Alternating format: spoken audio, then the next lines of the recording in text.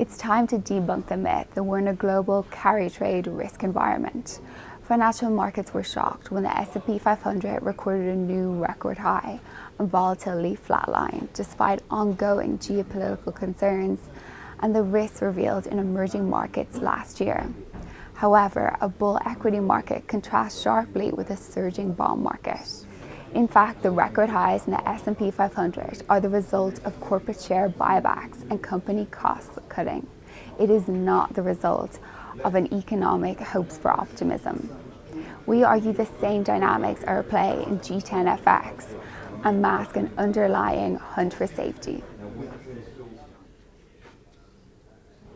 Many proponents of the risk trade point to the outperformance of the Australian and Canadian dollar, the classic carry currencies, as signs that financial markets have forgotten that the end of abundant global liquidity is nigh.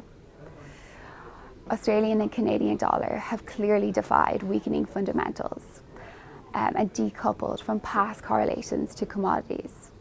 These are classic carry currencies, but they are also AAA in an environment where emerging market central banks are hoarding liquidity.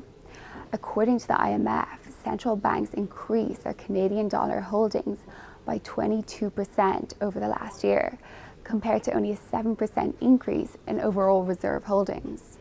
While Australian dollar holdings were only up 6.15%, there are other dynamics at play for China's close neighbour and strong economic partner. Chinese investors are facing a housing market that's threatening to pop and a shadow banking sector that may have already popped.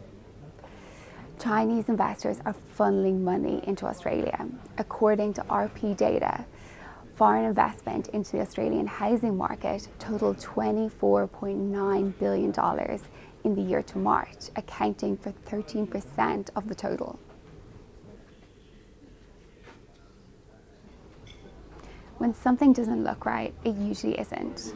The market isn't so naive as to overlook the end of a 6-year easing cycle that has seen central banks implement unprecedented monetary easing and the risk of bubbles bursting as China maneuvers itself onto a slower growth trajectory and opens up its capital account.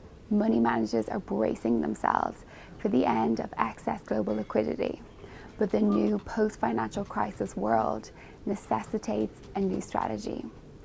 The end of US QE and less supply of US treasuries means these assets and the dollar have lost some of their appeal. Money managers have found themselves new safe haven assets that just so happen to offer return.